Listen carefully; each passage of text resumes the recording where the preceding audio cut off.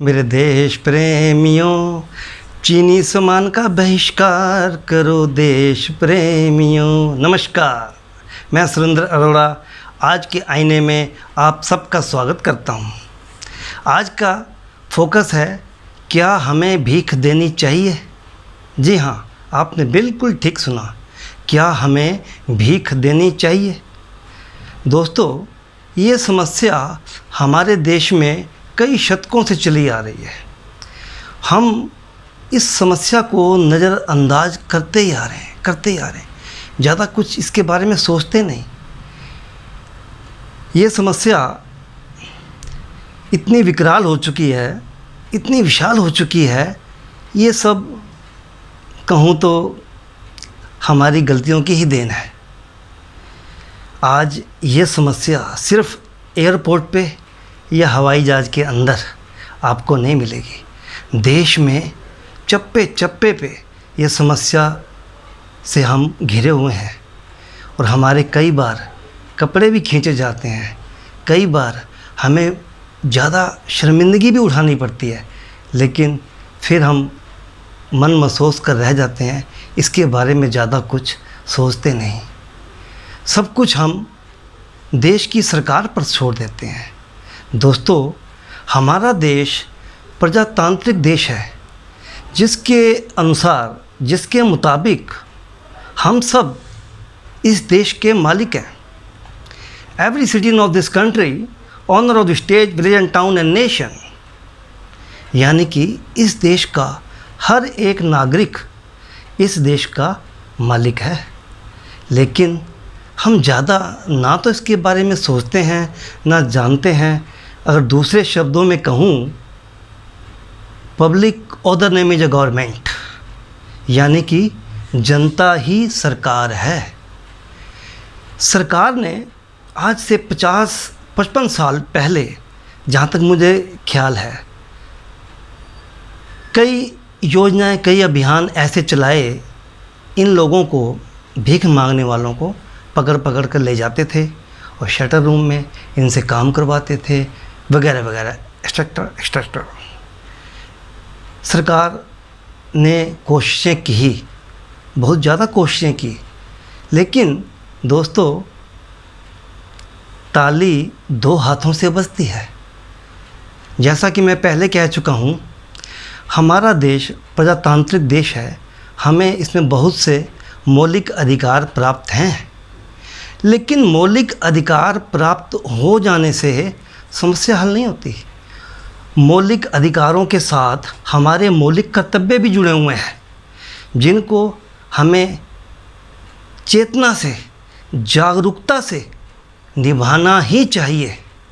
अगर हम अपने मौलिक अधिकारों को तो इस्तेमाल करते हैं, लेकिन अपने मौलिक कर्तव्यों को भुला देते हैं दोस्तों, तो ये समस्या वहीं से शुरू हो जाती है। एक छोटा सा उदाहरण देखते हैं। आज पूरे देश में कूड़ा उठाने वाली गाड़ियां घर घर जाकर कूड़ा उठाती हैं और एक स्लोगन भी बजाती हैं, देश को, नगर को साफ़ सुथरा रखना हमारा कर्तव्य है, आप सब हमारा सहयोग करें। ठीक है ना? लेकिन फिर भी हम कहीं ना कहीं कूड़ा हमें पड़ा हुआ चारों तरफ नज़र आ ही जाता है, क्योंकि कोई ना कोई तो फेंकता है ना। तो समस्या वहीं की वहीं है। अब मैं लौटकर फिर दोबारा अपने इस फोकस पे आता हूँ, आज के आईने के फोकस पर, कि क्या हमें भीख देनी चाहिए?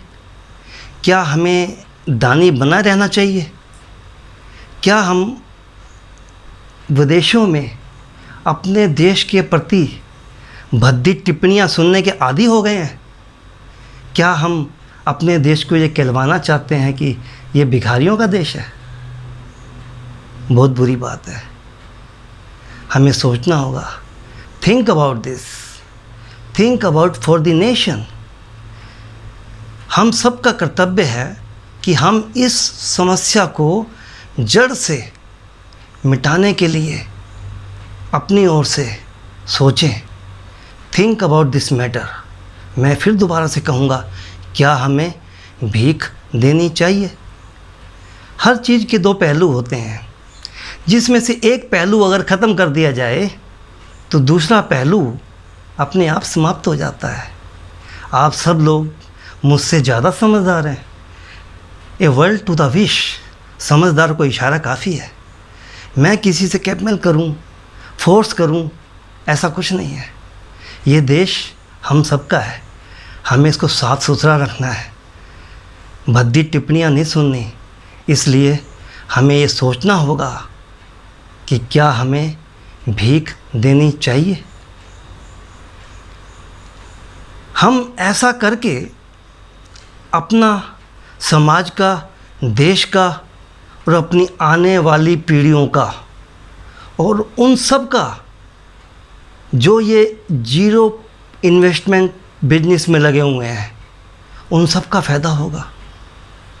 मेरा इसमें कोई निजी स्वार्थ नहीं है, ये हम सब का कर्तव्य है।